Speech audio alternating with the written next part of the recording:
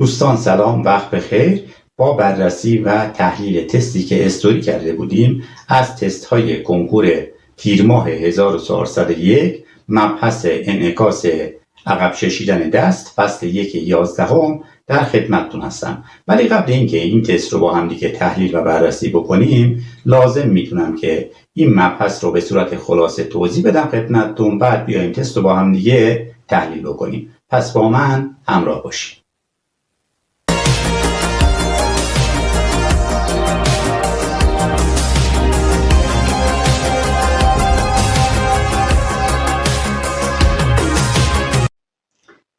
میدونیم که انعکاس پاسخ سریع و غیر ارادی ماهیچه ها در برابر محرک است. محرکی که اینجا بحث میکنیم جسم داغه و ماهیچه‌ای که بحث میکنیم ماهیچه های بازو هستند.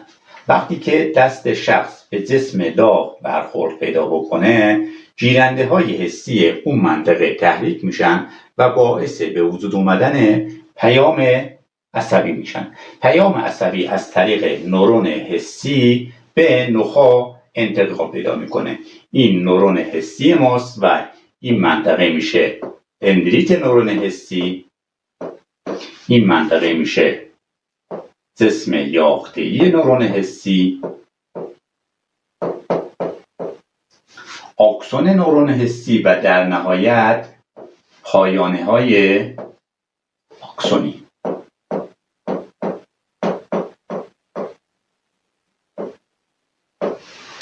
دو تا نورون رابط داریم که پیامی که از نورون حسی رو گرفتن به نورون های حرکتی انتقال میدن. پس این دوتا میشن نورون های رابط و این دوتا نورون قرمز رنگ میشن نورون های حرکتی که پیام رو به ماهیچه انتقال میدن.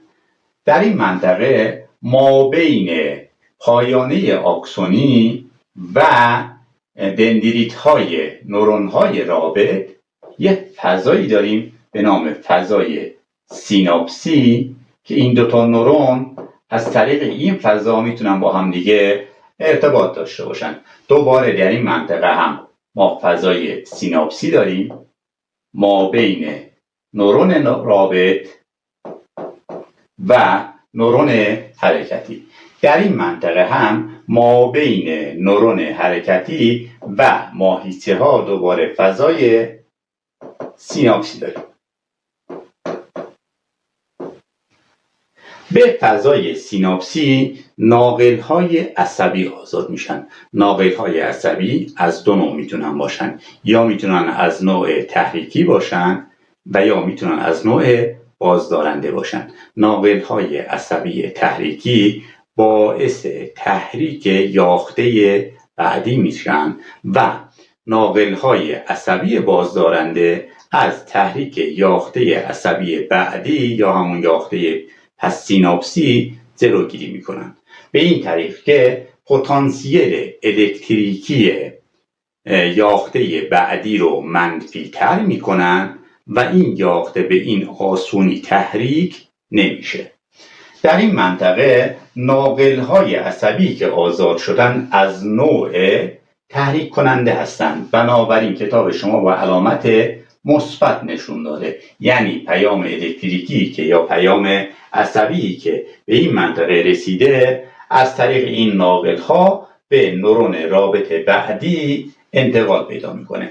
ولی در این منطقه ما دو نوع در واقع ناقل عصبی داریم. این منطقه رو کتاب علامت مثبت نشون داده، یعنی ناقل عصبی که از نورون رابط سبز رنگ به نورون حرکتی که به ماهیچه دو سر پیام میبره از نوع تحریکی است. ولی ناقل عصبی که از نورون رابط به نورون حرکتی ماهیچه سه سر پیام میبره از نوع بازدارنده هست و کتاب با علامت منفی نشون داده، یعنی ناقل عصبی در این منطقه باعث میشه که این نورون حرکتی تحریک نشه. در نهایت پیام عصبی از نورون حرکتی به ماهیچه دو سر بازو انتقال پیدا میکنه و باعث میشه ماهیچه دو سر بازو منقبض شده و دست به سمت بالا و یا طرفین حرکت بکنه. از طرفی میدونیم که ماهیچه دو سر و ماهیچه سه سر در اصطلاح بهشون میگیم ماهیچه های متقابل. یعنی اگه ماهیچه دو سر منقبض بشه حتما باید ماهیچه سه سر به حالت استراحت بره و یا اگه ماهیچه سه سر بخواد منقبض بشه ماهیچه دو سر باید به حالت استراحت بره. وقتی که پیام عصبی باعث انقباض ماهیچه دو سر میشه ماهیچه سه سر حتما در حالت استراحت خواهد بود و میدونیم که برای اینکه ماهیچه‌ای به حالت استراحت بره پیام عصبی براش لازم نیست. بنابراین نورون حرکتی که به ماهیچه سه سر پیام میبره در این منطقه تحریک نمیشه تا ماهیچه سه سر در حالت استراحت باشه.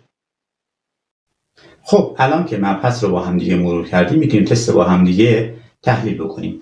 تست میگه کدام عبارت در ارتباط با یاخته های شرکت کننده در انعکاس عقب کشیدن دست هنگام برخورد با جسم داغ نادرسته. گزینه یک میگه بعضی از یاخته های عصبی که جسم یاخته‌ای اونها در داخل ماده خاکستری قرار داره با یاخته های عصبی حسی همایه یا سیناپس برقرار میکنن. کدوم یک از یاخته های عصبی جسم یاخته‌ایشون در داخل ماده خاکستری قرار داشت؟ همونطور که تو شکل میبینی نورون های رابط و نورون های حرکتی جسم یاخته‌ایشون در داخل ماده خاکستری قرار داره که از بین اینها بعضی هاشون یعنی فقط نورون های رابط با نورون حسی میتونن سیناپس داشته باشن. بنابراین گزینه یک گزینه درستیه. گزینه دو میگه بعضی از یاخته های عصبی چه به عصب نخاعی تعلق دارند با یاخته های استوانه‌ای چند هسته‌ای ارتباط ویژه‌ای دارند یا ارتباط ویژه برقرار می‌کنند. منظور از یاخته های استوانه‌ای چند هسته‌ای همون یاخته های ماهیچه‌ای است. یاخته های عصبی که به عصب نخاعی تعلق دارند کدوم ها هستند؟ ببین دوستان، عصب در واقع مجموعه ای از رشته های عصبی هست که درون بافت پیوندی قرار گرفته باشه. این قسمت یه عصب نخاعیه که ما 31 جفت عصب نخاعی داریم که از دو سمت وارد نخاع میشن. عصب نخاعی قبل از اینکه وارد نخاع بشه به دو ریشه شکمی و ریشه پشتی تقسیم میشه که ریشه پشتی نورون‌های حسی رو در خودش جای داده و ریشه شکمی نورون‌های حرکتی رو در خودش جای داده که از بین اینها همونطور که میبینین بعضی هاشون یعنی فقط نورون‌های حرکتی با ماهیچه دو سر و ماهیچه سه سر ارتباط ویژه دارن. تست میگه بعضی از یاخته های عصبی، بله دیگه الان شما هم دیدین که بعضی هاشون یعنی نورون های حسی با یاخته های ماهیچه‌ای سیناپس در واقع نداشتن. بنابراین گزینه دوم هم گزینه درستیه. گزینه سه میگه هر یاخته عصبی که با عضله ناحیه بازوی همایه یا سیناپس برقرار میکنه تغییری در پتانسیل الکتریکی اون رخ داده. ببینید دوستان،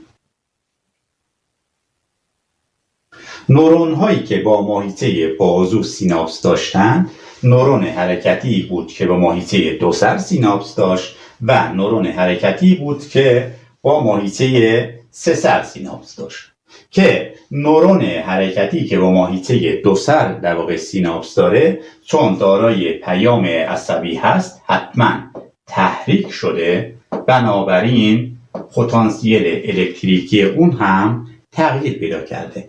ولی مشکلی که یا دامی که این در واقع تست داشت این بود که اغلب بچه‌ها فکر می‌کردن چون این نورون حرکتی که با ماهیچه سه سر سیناپس داره پیامی رو در خودش نداره و پیام نمیبره، بنابراین پتانسیل الکتریکی اون تغییر نداشته. در حالی که قبلا گفتیم ناقل‌های عصبی بازدارنده یاخته پس سیناپسی رو داخلشون منفی‌تر میکنن، بنابراین پتانسیل الکتریکی این هم تغییر پیدا کرده و منفی‌تر شده.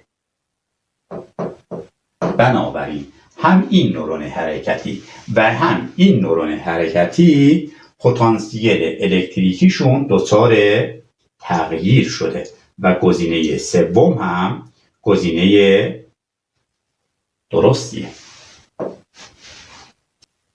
گزینه 4 میگه هر یاخته عصبی که پیام گیرنده درد رو منتقل میکنه به بخش حرکتی دستگاه عصبی محیطی اختصاص داره. این گزینه خیلی تابلو هست. گیرنده درد مربوط به بخش حسی هست نه بخش حرکتی.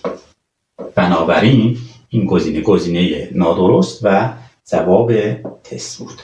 خسته نباشید.